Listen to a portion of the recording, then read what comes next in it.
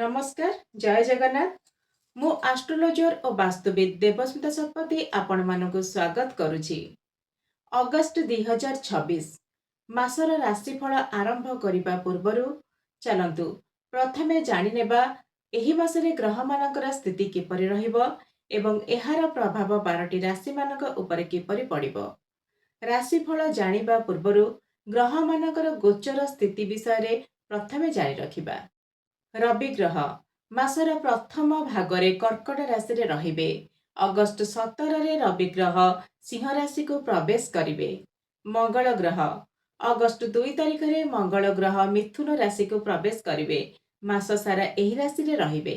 बुध ग्रह 5 अगस्ट पर्यंत मिथुन राशि रे रहिबे। 5 अगस्ट रे बुध ग्रह कर्कट राशि को गोचर करिवे। कर्कट राशि रे बुध ग्रह 14 अगस्ट रे अस्त हेबे।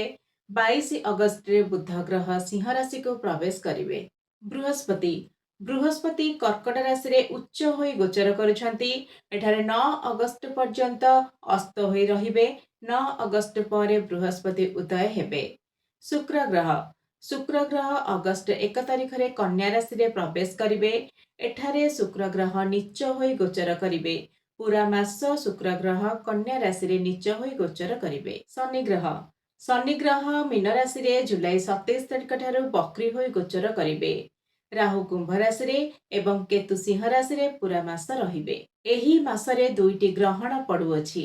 12 अगस्ट रे सूर्य ग्रहण एवं 28 अगस्ट रे चंद्र ग्रहण, किंतु एहा भारत रे दृश्यमान हेब नाही, तेणु एहा पालनीय नुहे। तेबे एही ग्रह मानक स्थिति को आधार करी एबे चलंतु जानिबा अगस्ट 2026 मासरे 12टी राशि पई स्थिति किपरि रहिबो।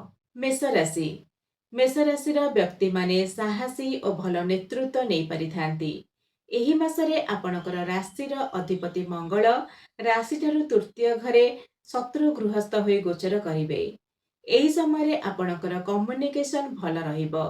साहस पराक्रम बढ़िबो। अधिक परिश्रम करबाको पड़ी पारे। छोट यात्रा करि पारंती। भाई भौणी को सहयोग मिलिबो। अनावश्यक क्रोध ठारू दूरे रुहंतु। मंगल क्रूर ग्रह तृतीय घरे उपचय घरे गोचर करिबा भल होइथाए। आपणकर धन और सप्तम घरर अधिपति शुक्र राशि ठारू षष्ठ घरे नीच होई गोचर करिवे। शुक्रंक उपरकु शनिकर सप्तम दृष्टि रहिबो एवं मंगलंकर चतुर्थ दृष्टि रहिबो। एही समय बड़ इन्वेस्टमेंट करंतु नाही। परिवार रे कहार देह खराब को नहीं धन खर्च हेबार जोग रही अछि। जीवन साथींकर स्वास्थ्य खराब होई पारे, सेति प्रति ध्यान दियंतु। बिजनेस रे क्षति होई पारे। आपणकर पंचम घरर अधिपति रवि राशि ठारू चतुर्थ घरे गोचर करुछंती। 17 अगस्ट रे रवि ग्रह स्वग्रस्त होई गोचर करिवे। एठारे रवि केतुयुक्त होई गोचर करिवे। एही समय छात्र छात्री मानकर पाठपढ़ा रे बाधा आसी पारे। पाठपढ़ा प्रति एकाग्रता रहिबो नाही। भ्रमित होई पारंती। संतान मानक ठारू कष्ट बा पीड़ा मिली पारे। आपणकर भाग्य घरर अधिपति बृहस्पति राशि ठारू चतुर्थ घरे उच्च होई हंस नामक राजयोग करी गोचर करुछंती। बृहस्पतिंकर सप्तम दृष्टि कर्म घर को रही अछि। बृहस्पतिंकर नवम दृष्टि कर्म घरर अधिपति शनिंक उपरे रही अछि। शनि आपणकर कर्म और आय घरर अधिपति होई द्वादश घरे मीन राशि रे गोचर करुछंती। शनि एठारे जुलाई 27 तारिख ठारू बक्री हेबे। एही समय आपनको कर्म क्षेत्र रे जहाँ भी अपॉर्चुनिटी मिलिबो ताकू देखि चाहि भाबी चिंते निष्पत्ति नियंतु। कर्म क्षेत्र रे दायित्व बढ़िबो। विदेश सहित जड़ित कर्म करुथिले आपनको लाभ मिलिबो। कर्म क्षेत्र रे विदेश यात्रा करुथिले आपनको सफलता मिलिबो। वृष राशि स्थिर राशि। एही समय आपणकर राशिर अधिपति शुक्र ग्रह राशि ठारू पंचम घरे नीच होई गोचर करिवे। शुक्रंक उपरे शनि और मंगलंकर दृष्टि रहिबो। एही समय आपण निज स्वास्थ्य प्रति जत्नवान हुअन्तु। पेट संबंधी रोग होई पारे। प्रेम संबंध ठारू दूराई रुहंतु। छात्र छात्री मानकर पाठपढ़ा प्रति ध्यान कमी जाई पारे, कारण आपणकर पंचम घरर अधिपति बुध राशि ठारू तृतीय घरे अगस्ट 5 ठारू गोचर करिवे एवं 14 अगस्ट रे बुध ग्रह अस्त हेबे। ଆପଣଙ୍କର ଚତୁର୍ଥ ଘରର ଅଧିପତି ରବି 17 ଅଗଷ୍ଟ ପରେ ସ୍ୱଗୃହସ୍ଥ ହୋଇ କେତୁଯୁକ୍ତ ହୋଇ ଗୋଚର କରିବେ। ଏହି ସମୟରେ ପରିବାରରେ ଭୁଲ ବୁଝାମଣା ହୋଇପାରେ। ମାଙ୍କ ସ୍ୱାସ୍ଥ୍ୟ ଖରାପ ହୋଇପାରେ। କମ୍ପିଟିଟିଭ୍ ଏକ୍ଜାମ ପାଇଁ ପ୍ରିପେୟାର ହେଉଥିଲେ ଏହି ସମୟରେ ଭଲ ଫଳ ଆଶା ରଖନ୍ତୁ ନାହିଁ। ଅଧିକ ପରିଶ୍ରମ କରିବାକୁ ପଡ଼ିବ, କିନ୍ତୁ ପରିଶ୍ରମ ଅନୁସାରେ ଫଳ ମିଳିବ ନାହିଁ। ସଫଳତା ବିଳମ୍ବରେ ମିଳିବ। ଆପଣଙ୍କର ସପ୍ତମ ଓ ଦ୍ୱାଦଶ ଘରର ଅଧିପତି ମଙ୍ଗଳ ରାଶିଠାରୁ ଦ୍ୱିତୀୟ ଘରେ ଧନ ଘରେ ଗୋଚର କରୁଛନ୍ତି। ଏହି ସମୟରେ ଆପଣଙ୍କର ଆୟ ଅପେକ୍ଷା ବ୍ୟୟ ଅଧିକ ହେବ। ଆପଣଙ୍କର ଜୀବନସାଥୀଙ୍କ ସ୍ୱାସ୍ଥ୍ୟ ଉପରେ ଧନ ଖର୍ଚ୍ଚ ହୋଇପାରେ, କିନ୍ତୁ ବୈବାହିକ ଜୀବନ ଭଲ ରହିବ। ଆପଣଙ୍କର ଭାଗ୍ୟ ଓ କର୍ମ ଘରର ଅଧିପତି ଶନି ଆପଣଙ୍କର ଏକାଦଶ ଘରେ ଆୟ ଘରେ ବକ୍ରି ହୋଇ ଗୋଚର କରିବେ। ଏହି ସମୟରେ ଆପଣଙ୍କୁ କର୍ମ କ୍ଷେତ୍ରରେ ଅଧିକ ପରିଶ୍ରମ କରିବାକୁ ପଡ଼ିପାରେ। କର୍ମ କ୍ଷେତ୍ରରେ ସଚୋଟତା ସହିତ କଠିନ ପରିଶ୍ରମ କରନ୍ତୁ, ସଫଳତା ମିଳିବ। ନୂତନ କାର୍ଯ୍ୟ ଆରମ୍ଭ କରିପାରନ୍ତି। ଆୟର ସ୍ରୋତ ବଢ଼ିବ। ବ୍ୟବସାୟରେ ମିଶ୍ରିତ ଫଳ ମିଳିବ। ଆପଣଙ୍କର କର୍ମ ଘରେ ରାହୁ ରହିଅଛନ୍ତି। କ୍ୟାରିୟର କ୍ଷେତ୍ରରେ ପରିବର୍ତ୍ତନ ହୋଇପାରେ। ମିଥୁନ ରାଶି। ମିଥୁନ ରାଶି ଦୁଇ ସ୍ୱଭାବ ରାଶି। ଆପଣଙ୍କ ରାଶିରେ ମଙ୍ଗଳ ପୁରା ମାସ ରହିବେ। ଏହି ସମୟରେ ଆପଣ ଏନର୍ଜେଟିକ୍ ରହିବେ, କିନ୍ତୁ ରାଗ ଓ କ୍ରୋଧ ବଢ଼ିବ। ସେଥିପ୍ରତି ଧ୍ୟାନ ଦିଅନ୍ତୁ। ଏହି ସମୟରେ ସଂଘର୍ଷ ଅଧିକ ରହିବ। ଆପଣଙ୍କର ରାଶିର ଅଧିପତି ଓ ଚତୁର୍ଥ ଘରର ଅଧିପତି ବୁଧ ରାଶିଠାରୁ ଦ୍ୱିତୀୟ ଘରେ 5 ଅଗଷ୍ଟ ଠାରୁ ଗୋଚର କରିବେ। ଏଠାରେ ବୁଧ 22 ଅଗଷ୍ଟ ପର୍ଯ୍ୟନ୍ତ ରହିବେ। ଏଠାରେ ବୁଧ ବୃହସ୍ପତିଙ୍କ ସାଙ୍ଗରେ ଗୋଚର କରିବେ। ଏହି ସମୟରେ ଆପଣଙ୍କର ପୁରା ଧ୍ୟାନ ପରିବାର ଓ ଧନ ସଞ୍ଚୟ ଉପରେ ରହିବ। ପ୍ରପର୍ଟିରେ ଇନଭେଷ୍ଟ କରିବା ଆପଣଙ୍କ ପାଇଁ ଭଲ ହେବ। ମାଙ୍କ ଠାରୁ ଧନ ପ୍ରାପ୍ତି ହୋଇପାରେ। ପାରିବାରିକ ଜୀବନରେ ବନ୍ଧୁ ମିଳନର ଯୋଗ ରହିଅଛି। 17 ଅଗଷ୍ଟରେ ରବି ରାଶିଠାରୁ ତୃତୀୟ ଘରେ ସ୍ୱଗୃହସ୍ଥ ହୋଇ କେତୁଯୁକ୍ତ ହୋଇ ଗୋଚର କରିବେ।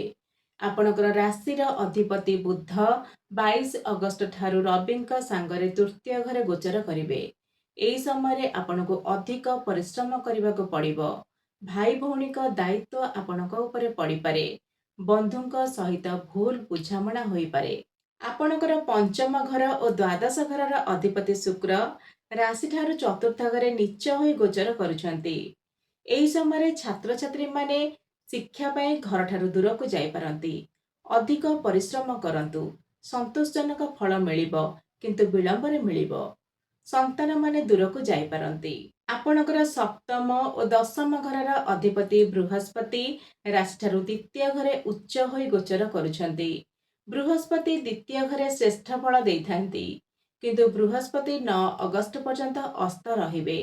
ବୃହସ୍ପତିଙ୍କର ନବମ ଦୃଷ୍ଟି ଆପଣଙ୍କର କର୍ମ ଘରକୁ ରହିଅଛି। ଏହି ସମୟରେ କ୍ୟାରିୟରରେ ଉନ୍ନତି ହେବ। ନୂତନ କାର୍ଯ୍ୟ ଆରମ୍ଭ କରିବାର ସମ୍ଭାବନା ରହିଅଛି। ଧନ ସଞ୍ଚୟ କରିବାରେ ଜୀବନସାଥୀଙ୍କର ସହଯୋଗ ମିଳିବ। ବୈବାହିକ ଜୀବନ ଭଲ ରହିବ। ଆପଣଙ୍କର ଅଷ୍ଟମ ଓ ନବମ ଘରର ଅଧିପତି ଶନି କର୍ମ ଘରେ ବକ୍ରି ହୋଇ ଗୋଚର କରିବେ। ଏହି ସମୟରେ ଆପଣଙ୍କର କର୍ମ କ୍ଷେତ୍ରରେ ସଡନ୍ ପ୍ରୋବ୍ଲେମ ଆସିପାରେ। କର୍ମ କ୍ଷେତ୍ରରେ କାହାକୁ ଠକନ୍ତୁ ନାହିଁ। ଗାଡ଼ି ଓ ସୁଖ ସୁବିଧା ଉପରେ ଧନ ଖର୍ଚ୍ଚ ହୋଇପାରେ। ଖର୍ଚ୍ଚ ଉପରେ ନିୟନ୍ତ୍ରଣ ରଖନ୍ତୁ। ଇନକମ୍ ମଧ୍ୟମ ଧରଣର ରହିବ। କର୍କଟ ରାଶି। ଆପଣଙ୍କ ରାଶିରେ ଷଷ୍ଠ ଓ ଭାଗ୍ୟ ଘରର ଅଧିପତି ବୃହସ୍ପତି ଉଚ୍ଚ ହୋଇ ହଂସ ନାମକ ରାଜଯୋଗ କରି ଗୋଚର କରୁଛନ୍ତି। ବୃହସ୍ପତି 9 ଅଗଷ୍ଟ ପରେ ଉଦୟ ହେବେ। 17 ଅଗଷ୍ଟ ପର୍ଯ୍ୟନ୍ତ ରବି ଗ୍ରହ ବୃହସ୍ପତିଙ୍କ ସାଙ୍ଗରେ ରାଶିରେ ଗୋଚର କରିବେ।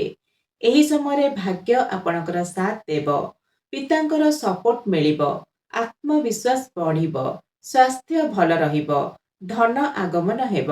ତୃତୀୟ ଓ ବ୍ୟୟ ଘରର ଅଧିପତି ବୁଧ 5 ଅଗଷ୍ଟ ପରେ ଆପଣଙ୍କର ରାଶିରେ ଗୋଚର କରିବେ। ଏହି ସମୟରେ ଆପଣଙ୍କର ଭାଇ ଭଉଣୀ କିମ୍ବା ବନ୍ଧୁଙ୍କ ଉପରେ ଧନ ଖର୍ଚ୍ଚର ଯୋଗ ରହିଅଛି। ଆପଣଙ୍କର ଭାଇ ଭଉଣୀଙ୍କ ଦାୟିତ୍ୱ ଆପଣଙ୍କ ଉପରେ ପଡ଼ିପାରେ। ଅଗଷ୍ଟ 17ରେ ଆପଣଙ୍କର ଦ୍ୱିତୀୟ ଘରର ଅଧିପତି ରବି ସ୍ୱଗୃହସ୍ଥ ହୋଇ ଦ୍ୱିତୀୟ ଘରେ କେତୁଯୁକ୍ତ ହୋଇ ଗୋଚର କରିବେ। ଏହି ସମୟରେ ଧନ ଆଗମନ ହେବ, କିନ୍ତୁ ଧନ ସଞ୍ଚୟ କରିବାରେ ବାଧା ଆସିପାରେ।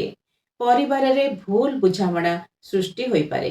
ଆପଣଙ୍କର ଚତୁର୍ଥ ଓ ଏକାଦଶ ଘରର ଅଧିପତି ଶୁକ୍ର ରାଶିଠାରୁ ତୃତୀୟ ଘରେ ନୀଚ ହୋଇ ଗୋଚର କରିବେ। ଶୁକ୍ରଙ୍କ ଉପରେ ମଙ୍ଗଳ ଓ ଶନିଙ୍କର ଦୃଷ୍ଟି ରହିବ। ଏହି ସମୟରେ ଆପଣଙ୍କର ମାଙ୍କର ସ୍ୱାସ୍ଥ୍ୟ ଖରାପ ହୋଇପାରେ। ମାଙ୍କ ସ୍ୱାସ୍ଥ୍ୟ ପ୍ରତି ଧ୍ୟାନ ଦିଅନ୍ତୁ। ଘର କିମ୍ବା ଭୂମି କିଣିବାକୁ ଚାହୁଁଥିଲେ ଏହି ସମୟରେ କାଗଜପତ୍ର କାମ ଦେଖି ଚାହିଁ କରନ୍ତୁ।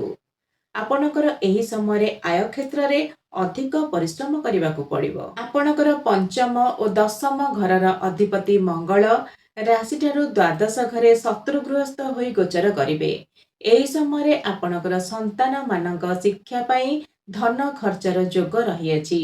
କର୍ମ କ୍ଷେତ୍ରରେ ବିଦେଶ ଯାତ୍ରା କରିବାକୁ ପଡ଼ିପାରେ, କିନ୍ତୁ ସେଥିରେ ଆପଣଙ୍କୁ ଲାଭ ମିଳିନପାରେ। କର୍ମ କ୍ଷେତ୍ର ପାଇଁ ହେଉ କିମ୍ବା ସନ୍ତାନମାନଙ୍କ ଉପରେ ଧନ ଖର୍ଚ୍ଚର ଯୋଗ ରହିଅଛି। ଆପଣ ଯଦି କମ୍ପିଟେଟିଭ୍ ଏକ୍ଜାମ ପାଇଁ ପ୍ରିପେୟାର ହେଉଛନ୍ତି, ତେବେ ଏହି ସମୟ ଆପଣଙ୍କ ସପକ୍ଷରେ ରହିବ। ଆପଣଙ୍କର ସପ୍ତମ ଓ ଅଷ୍ଟମ ଘରର ଅଧିପତି ଶନି ଆପଣଙ୍କର ଭାଗ୍ୟ ଘରେ ବକ୍ରି ହୋଇ ଗୋଚର କରିବେ। ଏହି ସମୟରେ ବୈବାହିକ ଜୀବନରେ ସମସ୍ୟା ଆସିପାରେ କିମ୍ବା ଜୀବନସାଥୀଙ୍କ ଠାରୁ କଷ୍ଟ ବା ପୀଡ଼ା ମିଳିପାରେ। ସିଂହ ରାଶି, ମାସର ପ୍ରଥମ ଭାଗରେ ଆପଣଙ୍କର ରାଶିର ଅଧିପତି ରବି ରାଶିଠାରୁ ଦ୍ୱାଦଶ ଘରେ ମିତ୍ର ବୃହସ୍ପତିଙ୍କ ସାଙ୍ଗରେ ଗୋଚର କରୁଛନ୍ତି। ଏହି ସମୟରେ ଆପଣ ଧାର୍ମିକ ସ୍ଥଳକୁ ଯାତ୍ରା କରିପାରନ୍ତି କିମ୍ବା ତୀର୍ଥଯାତ୍ରା କରିପାରନ୍ତି। 17 ଅଗଷ୍ଟ ପରେ ରବି ଆପଣଙ୍କ ରାଶିରେ ସ୍ୱଗୃହସ୍ଥ ହୋଇ କେତୁଯୁକ୍ତ ହୋଇ ଗୋଚର କରିବେ। ଏହି ସମୟରେ ଆପଣ ସ୍ୱାସ୍ଥ୍ୟ ପ୍ରତି ଧ୍ୟାନ ଦିଅନ୍ତୁ। ଶାରୀରିକ କିମ୍ବା ମାନସିକ କଷ୍ଟ ମିଳିପାରେ। ଆପଣଙ୍କର ଧନ ଓ ଆୟ ଘରର ଅଧିପତି ବୁଧ ଆପଣଙ୍କର ରାଶିଠାରୁ ଦ୍ୱାଦଶ ଘରେ ବୃହସ୍ପତି ଓ ରବିଙ୍କ ସାଙ୍ଗରେ ଗୋଚର କରିବେ। ଏହି ସମୟରେ ଆପଣଙ୍କର ଧନ କୌଣସି ମାଙ୍ଗଳିକ କାର୍ଯ୍ୟ କିମ୍ବା ଧାର୍ମିକ କାର୍ଯ୍ୟରେ ଖର୍ଚ୍ଚ ହେବ। ଆୟ ଅପେକ୍ଷା ବ୍ୟୟ ଅଧିକ ହେବ। ଆପଣଙ୍କର ଦ୍ୱିତୀୟ ଘରେ ତୃତୀୟ ଘର ଓ କର୍ମ ଘରର ଅଧିପତି ଶୁକ୍ର ନୀଚ ହୋଇ ଗୋଚର କରିବେ। ଏହି ସମୟରେ ଆପଣଙ୍କୁ କର୍ମ କ୍ଷେତ୍ରରେ ଅଧିକ ପରିଶ୍ରମ କରିବାକୁ ପଡ଼ିବ। କର୍ମ କ୍ଷେତ୍ରରେ ଅଧିକ ସମୟ ଦେବେ।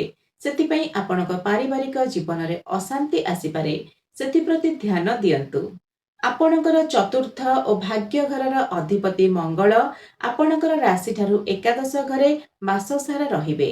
ଏହି ସମୟରେ ଆପଣ ପ୍ରପର୍ଟିରେ ଇନଭେଷ୍ଟ କରିଥିଲେ ଆପଣଙ୍କୁ ଲାଭ ମିଳିବ। ପିତା ମାତାଙ୍କର ସପୋର୍ଟ ମିଳିବ। ଆପଣଙ୍କର ପଞ୍ଚମ ଘର ଓ ଅଷ୍ଟମ ଘରର ଅଧିପତି ବୃହସ୍ପତି ରାଶିଠାରୁ ଦ୍ୱାଦଶ ଘରେ ଉଚ୍ଚ ହୋଇ ଗୋଚର କରୁଛନ୍ତି।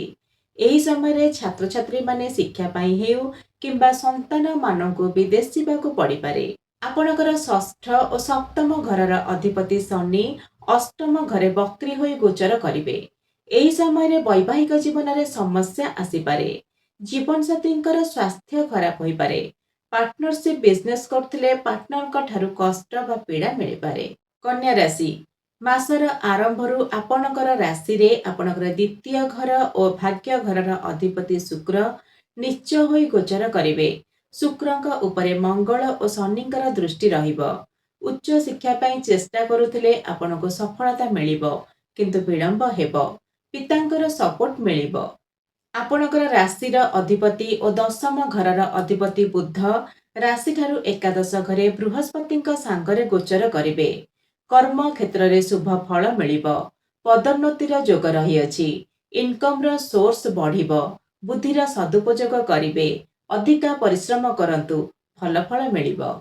ଆପଣଙ୍କର ତୃତୀୟ ଘର ଓ ଅଷ୍ଟମ ଘରର ଅଧିପତି ମଙ୍ଗଳ ଆପଣଙ୍କର କର୍ମ ଘରେ ପୁରା ମାସ ରହିବେ। ଏହି ସମୟରେ ସଡନ୍ ପ୍ରୋବ୍ଲେମ ଆସିପାରେ। ସେଥିପ୍ରତି ସତର୍କ ରୁହନ୍ତୁ। କର୍ମ କ୍ଷେତ୍ରରେ ଅଧିକ ପରିଶ୍ରମ କରନ୍ତୁ।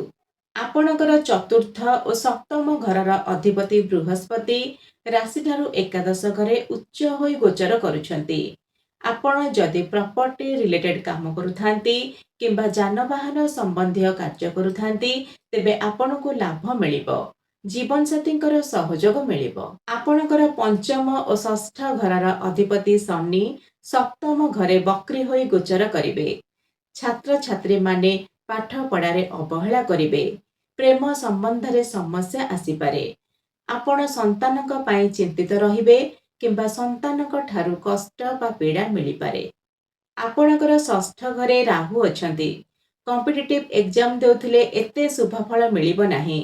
ସଫଳତା ବିଳମ୍ବରେ ମିଳିବ। ଜୀବନ ସାଥୀଙ୍କ ସାଙ୍ଗରେ କିମ୍ବା ବିଜନେସ୍ ପାର୍ଟନରଙ୍କ ସାଙ୍ଗରେ ମତଭେଦ ହୋଇପାରେ। ଜଗି ରଖି ଚଳନ୍ତୁ। ବ୍ୟବସାୟରେ ମଧ୍ୟମ ଧରଣର ଫଳ ମିଳିବ। ଚାକିରି କ୍ଷେତ୍ରରେ ଦୂର ବଦଳି ଯୋଗ ରହିଅଛି। ଆପଣଙ୍କର ରାଶିର ଅଧିପତି ବୁଧ 22 ଅଗଷ୍ଟ ପରେ ଦ୍ୱାଦଶ ଘରେ ଗୋଚର କରିବେ। ଏହି ସମୟରେ ସ୍ୱାସ୍ଥ୍ୟ ଖରାପ ହୋଇପାରେ, ସ୍କିନ୍ ଡିଜିଜ୍ ହୋଇପାରେ, ମାନସିକ ଅସ୍ଥିରତା ଦେଖାଦେଇପାରେ। ନିଜର ସ୍ୱାସ୍ଥ୍ୟ ପ୍ରତି ଧ୍ୟାନ ଦିଅନ୍ତୁ। ତୁଳା ରାଶି, ଏହି ମାସରେ ଆପଣଙ୍କୁ ମିଶ୍ରିତ ଫଳ ମିଳିବ। ଆପଣଙ୍କର ରାଶିର ଅଧିପତି ଓ ଅଷ୍ଟମ ଘରର ଅଧିପତି ଶୁକ୍ର ରାଶିଠାରୁ ଦ୍ୱାଦଶ ଘରେ ନୀଚ ହୋଇ ଗୋଚର କରିବେ। ଶୁକ୍ରଙ୍କ ଉପରେ ମଙ୍ଗଳ ଓ ଶନିଙ୍କର ଦୃଷ୍ଟି ରହିବ। ଏହି ସମୟରେ ଆପଣଙ୍କର ସ୍ୱାସ୍ଥ୍ୟ ଖରାପ ହୋଇପାରେ। ସ୍ୱାସ୍ଥ୍ୟ ପ୍ରତି ଧ୍ୟାନ ଦିଅନ୍ତୁ। ଏହି ସମୟରେ ବିଦେଶ ଯାତ୍ରା କିମ୍ବା ଲମ୍ବା ଯାତ୍ରା କରିବା ଆପଣଙ୍କ ପକ୍ଷେ ଶୁଭ ହେବ। ନିଜ ଉପରେ ଖର୍ଚ୍ଚ ହେବାର ଯୋଗ ରହିଅଛି। ଆପଣଙ୍କର ଧନ ଓ ସପ୍ତମ ଘରର ଅଧିପତି ମଙ୍ଗଳ ଆପଣଙ୍କର ରାଶିଠାରୁ ନବମ ଘର ଗୋଚର କରିବେ। ଏହି ସମୟରେ ପିତାଙ୍କ ଠାରୁ ଧନ ମିଳିବାର ସମ୍ଭାବନା ରହିଅଛି। ଧନ ସଞ୍ଚୟ କରିବାରେ ଆପଣଙ୍କର ଜୀବନସାଥୀଙ୍କର ସହଯୋଗ ମିଳିବ। ଆପଣଙ୍କର ତୃତୀୟ ଘର ଓ ଷଷ୍ଠ ଘରର ଅଧିପତି ବୃହସ୍ପତି କର୍ମ ଘରେ ଉଚ୍ଚ ହୋଇ ଗୋଚର କରୁଛନ୍ତି। ଏହି ସମୟରେ ଆପଣଙ୍କର ଭାଗ୍ୟ ଘରର ଅଧିପତି ଓ ଆୟ ଘରର ଅଧିପତି ମଧ୍ୟ କର୍ମ ଘରେ ଗୋଚର କରିବେ। ଆପଣଙ୍କୁ ଅଧିକ ପରିଶ୍ରମ ପରେ, ସଂଘର୍ଷ ପରେ ସଫଳତା ମିଳିବ। ଧୈର୍ଯ୍ୟ ରଖନ୍ତୁ, ଭାଗ୍ୟ ସାଥ ଦେବ। ମାସର ଦ୍ୱିତୀୟ ଭାଗରେ ଇନକମରେ ବାଧା ଆସିପାରେ, କାରଣ 17 ଅଗଷ୍ଟ ପରେ ଆପଣଙ୍କର ଏକାଦଶ ଘରର ଅଧିପତି ରବି ସ୍ୱଗୃହସ୍ଥ ହୋଇ କେତୁଯୁକ୍ତ ହୋଇ ଗୋଚର କରିବେ। ଆପଣଙ୍କର ଚତୁର୍ଥ ଓ ପଞ୍ଚମ ଘରର ଅଧିପତି ଶନି ଷଷ୍ଠ ଘରେ ବକ୍ରି ହୋଇ ଗୋଚର କରିବେ। ଏହି ସମୟରେ ଆପଣଙ୍କର ମା କିମ୍ବା ସନ୍ତାନଙ୍କର ସ୍ୱାସ୍ଥ୍ୟ ଖରାପ ହୋଇପାରେ, ସେଥିପ୍ରତି ଧ୍ୟାନ ଦିଅନ୍ତୁ। ଛାତ୍ରଛାତ୍ରୀମାନେ ପାଠପଢ଼ାରେ ଅଧିକ ପରିଶ୍ରମ କରିବାକୁ ପଡ଼ିବ। ଶିକ୍ଷା କ୍ଷେତ୍ରରେ ସଫଳତା ବିଳମ୍ବରେ ମିଳିବ। ପାରିବାରିକ ଜୀବନରେ ସଂଘର୍ଷ ରହିବ। ଆପଣଙ୍କର ପଞ୍ଚମ ଘରେ ରାହୁ ଅଛନ୍ତି। ପ୍ରେମ ସମ୍ବନ୍ଧରେ ଭୁଲ ବୁଝାମଣା ହୋଇପାରେ କିମ୍ବା ସନ୍ତାନମାନଙ୍କ ସାଙ୍ଗରେ ଭୁଲ ବୁଝାମଣା ହୋଇପାରେ, ସେଥିପ୍ରତି ସତର୍କ ରୁହନ୍ତୁ। ବିଛା ରାଶି, ଆପଣଙ୍କର ରାଶି ଓ ଷଷ୍ଠ ଘରର ଅଧିପତି ମଙ୍ଗଳ ଆପଣଙ୍କର ରାଶିଠାରୁ ଅଷ୍ଟମ ଘରେ ଗୋଚର କରିବେ। ମାସ ସାରା ସେଠାରେ ରହିବେ। ଅଷ୍ଟମ ଘର ଯେହେତୁ ଏତେ ଶୁଭ ଫଳ ମିଳିନଥାଏ। ଅଷ୍ଟମ ଘରେ ମଙ୍ଗଳ ରହିବା ଏହା ପରିବର୍ତ୍ତନକୁ ଦେଖାଏ। ଏହି ସମୟରେ ଆପଣଙ୍କର ଗୂଢ଼ ଜ୍ଞାନ ପ୍ରତି ରୁଚି ବଢ଼ିବ। ଆପଣଙ୍କର ସ୍ୱାସ୍ଥ୍ୟ ଖରାପ ହୋଇପାରେ, ସେଥିପ୍ରତି ଧ୍ୟାନ ଦିଅନ୍ତୁ। ଆପଣଙ୍କର ଦ୍ୱିତୀୟ ଓ ପଞ୍ଚମ ଘରର ଅଧିପତି ବୃହସ୍ପତି ଆପଣଙ୍କର ଭାଗ୍ୟ ଘରେ ଉଚ୍ଚ ହୋଇ ଗୋଚର କରୁଛନ୍ତି। ଉଚ୍ଚ ଶିକ୍ଷା ପାଇଁ ଚେଷ୍ଟା କରୁଥିଲେ, ଏହି ସମୟ ଆପଣଙ୍କ ସପକ୍ଷରେ ରହିବ। ପିତାଙ୍କ ଠାରୁ ଧନ ପ୍ରାପ୍ତି ହୋଇପାରେ। ଭାଗ୍ୟ ଆପଣଙ୍କର ସାଥ ଦେବ। ଲମ୍ବା ଯାତ୍ରା କରିପାରନ୍ତି। ଆପଣଙ୍କର ତୃତୀୟ ଓ ଚତୁର୍ଥ ଘରର ଅଧିପତି ଶନି ରାଶିଠାରୁ ପଞ୍ଚମ ଘରେ ବକ୍ରି ହୋଇ ଗୋଚର କରିବେ। ଏହି ସମୟରେ ସନ୍ତାନ ପ୍ରାପ୍ତି ପାଇଁ ଚେଷ୍ଟା କରୁଥିଲେ, ସନ୍ତାନ ପ୍ରାପ୍ତିରେ ବିଳମ୍ବ ହେବ। ଗାଡ଼ି, ଘର, ଭୂମି କିଣିବାକୁ ଚାହୁଁଥିଲେ, କାର୍ଯ୍ୟରେ ବିଳମ୍ବ ହେବ। ଚତୁର୍ଥ ଘରେ ରାହୁ ଅଛନ୍ତି। ପାରିବାରିକ ଜୀବନରେ ସମସ୍ୟା ଆସିପାରେ। ପରିବାରରେ ଭୁଲ ବୁଝାମଣା, ମତାନ୍ତର, ମନାନ୍ତର ହୋଇପାରେ, ସେଥିପ୍ରତି ସତର୍କ ରୁହନ୍ତୁ। ଆପଣଙ୍କର ସପ୍ତମ ଓ ଦ୍ୱାଦଶ ଘରର ଅଧିପତି ଶୁକ୍ର ଏକାଦଶ ଘରେ ନୀଚ ହୋଇ ଗୋଚର କରିବେ। ଶୁକ୍ରଙ୍କ ଉପରେ ମଙ୍ଗଳ ଓ ଶନିଙ୍କର ଦୃଷ୍ଟି ରହିବ। ଜୀବନସାଥୀଙ୍କ ଠାରୁ ଲାଭ ମିଳିବ। ବ୍ୟବସାୟରେ ଲାଭବାନ ହେବେ। ବିଦେଶ ସହିତ ଜଡ଼ିତ ବ୍ୟବସାୟ କରୁଥିଲେ ସଫଳତା ମିଳିବ। ଆୟ ଅପେକ୍ଷା ବ୍ୟୟ ଅଧିକ ହେବ। ଆପଣଙ୍କର କର୍ମ ଘରର ଅଧିପତି ରବି ମାସର ପ୍ରଥମ ଭାଗରେ ଦେବଗୁରୁ ବୃହସ୍ପତିଙ୍କ ସାଙ୍ଗରେ ଭାଗ୍ୟ ଘରେ ଗୋଚର କରିବେ। ଏହି ସମୟରେ ଆପଣଙ୍କର କର୍ମ କ୍ଷେତ୍ରରେ ଉନ୍ନତି ହେବ। ଆପଣଙ୍କୁ ସଫଳତା ମିଳିବ। ଧନୁରାଶି, ଆପଣଙ୍କର ରାଶିର ଅଧିପତି ଓ ଚତୁର୍ଥ ଘରର ଅଧିପତି ବୃହସ୍ପତି ରାଶିଠାରୁ ଅଷ୍ଟମ ଘରେ ଉଚ୍ଚ ହୋଇ ଗୋଚର କରୁଛନ୍ତି। ଏହି ସମୟରେ ଆପଣଙ୍କର ଭାଗ୍ୟ ଘରର ଅଧିପତି ରବି ଅଗଷ୍ଟ 17 ପର୍ଯ୍ୟନ୍ତ ବୃହସ୍ପତିଙ୍କ ସାଙ୍ଗରେ ଅଷ୍ଟମ ଘରେ ଗୋଚର କରିବେ। କିଛି ପରିମାଣରେ ଶୁଭ ଫଳ ଆପଣଙ୍କୁ ମିଳିବ। ପିତାଙ୍କର ସହଯୋଗ ମିଳିବ, କିନ୍ତୁ ପିତାଙ୍କର ସ୍ୱାସ୍ଥ୍ୟ ଖରାପ ହୋଇପାରେ, ସେଥିପ୍ରତି ଧ୍ୟାନ ଦିଅନ୍ତୁ। ଆପଣଙ୍କର ତୃତୀୟ ଘରେ ରାହୁଙ୍କର ଗୋଚର ହେଉଅଛି। ତୃତୀୟ ଘରେ କ୍ରୂର ଗ୍ରହଙ୍କର ଗୋଚର ଭଲ ହୋଇଥାଏ। ଆପଣ ସାହସୀ, ପରାକ୍ରମୀ ହେବେ। ଆପଣଙ୍କର ଦ୍ୱିତୀୟ ଓ ତୃତୀୟ ଘରର ଅଧିପତି ଶନି ରାଶିଠାରୁ ଚତୁର୍ଥ ଘରେ ବକ୍ରି ହୋଇ ଗୋଚର କରିବେ। ଏହି ସମୟରେ ପରିବାରରେ ଅଶାନ୍ତି ଲାଗିପାରେ। ସାନ ଭାଇ ଭଉଣୀଙ୍କ ପାଇଁ ପରିବାରରେ ପ୍ରୋବ୍ଲେମ ଆସିପାରେ କିମ୍ବା ପରିବାରରେ ଆର୍ଥିକ ସମସ୍ୟା ଆସିପାରେ। କିନ୍ତୁ ଆପଣଙ୍କର ରାଶିର ଅଧିପତି ବୃହସ୍ପତିଙ୍କର ଦୃଷ୍ଟି ଶନିଙ୍କ ଉପରେ ରହିଅଛି। ଏହି ସମସ୍ୟା ଯାହାକି କେତେ ପରିମାଣରେ କମିଯିବ। ଆପଣଙ୍କର ପଞ୍ଚମ ଓ ଦ୍ୱାଦଶ ଘରର ଅଧିପତି ମଙ୍ଗଳ ସପ୍ତମ ଘରେ ମାସ ସାରା ରହିବେ। ଏହି ସମୟରେ ଆପଣଙ୍କର ସନ୍ତାନଙ୍କ ପାଇଁ ଜୀବନସାଥୀଙ୍କ ସାଙ୍ଗରେ କଳହ ଝଗଡ଼ା ଲାଗିପାରେ। ଏହି ସମୟରେ ଆପଣଙ୍କର ଜୀବନସାଥୀଙ୍କ ସ୍ୱାସ୍ଥ୍ୟ ଖରାପ ହୋଇପାରେ, ତାଙ୍କୁ ହସ୍ପିଟାଲ ଯିବାକୁ ପଡ଼ିପାରେ। ସେଥିପ୍ରତି ସତର୍କ ରୁହନ୍ତୁ। ଆପଣଙ୍କର ଷଷ୍ଠ ଓ ଏକାଦଶ ଘରର ଅଧିପତି ଶୁକ୍ର କର୍ମ ଘରେ ନୀଚ ହୋଇ ଗୋଚର କରିବେ। ଶୁକ୍ରଙ୍କ ଉପରେ ଶନି ଓ ମଙ୍ଗଳଙ୍କର ଦୃଷ୍ଟି ରହିବ। ଏହି ସମୟରେ କୋର୍ଟ କେସ୍ ଚାଲୁଥିଲେ ଆପଣ ସତର୍କ ରୁହନ୍ତୁ। ସଂଘର୍ଷ ପରେ ସଫଳତା ମିଳିବ। ଆୟରେ କମି ଆସିବ।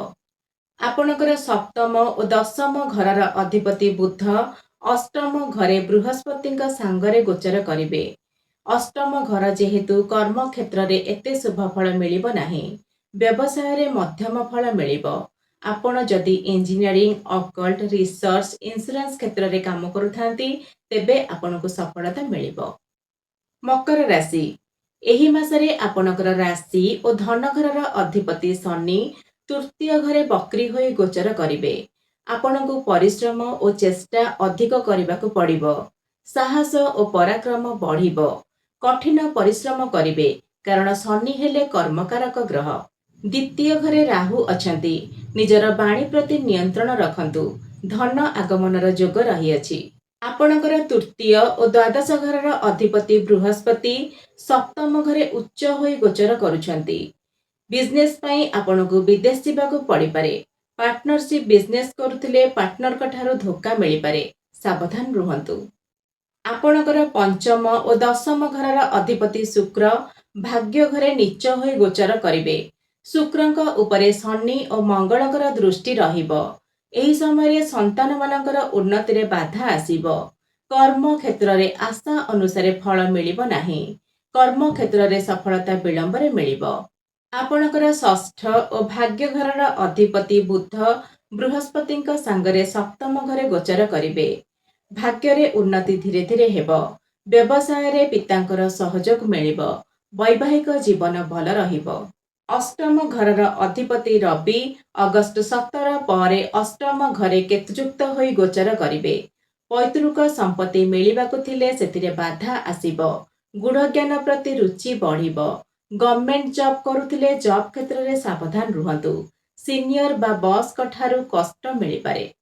କୁମ୍ଭ ରାଶି। ଏହି ମାସରେ ଆପଣଙ୍କର ରାଶିର ଅଧିପତି ଶନି ଦ୍ୱିତୀୟ ଘରେ ବକ୍ରି ହୋଇ ଗୋଚର କରିବେ। ଇନଭେଷ୍ଟମେଣ୍ଟରେ ପ୍ରୋବ୍ଲେମ୍ ଆସିପାରେ। ପରିବାରରେ ମତାନ୍ତର ହୋଇପାରେ। ନିଜର ବାଣୀ ଉପରେ ନିୟନ୍ତ୍ରଣ ରଖନ୍ତୁ। ଆପଣଙ୍କ ରାଶିରେ ରାହୁଙ୍କର ଗୋଚର ହେଉଅଛି, ଯାହାକି ଆପଣ ମିସ୍ଅଣ୍ଡରଷ୍ଟାଣ୍ଡିଂ ଓ ଭ୍ରମରେ ରହିବେ। ମନ ଅଶାନ୍ତ ରହିବ। ଆପଣଙ୍କର ଦ୍ୱିତୀୟ ଓ ଏକାଦଶ ଘରର ଅଧିପତି ବୃହସ୍ପତି ରାଶିଠାରୁ ଷଷ୍ଠ ଘରେ ଉଚ୍ଚ ହୋଇ ଗୋଚର କରୁଛନ୍ତି। ଏହି ସମୟରେ ଆପଣଙ୍କର ଧନ ଆଗମନରେ ଓ ଇନକମରେ ସଂଘର୍ଷ ରହିବ।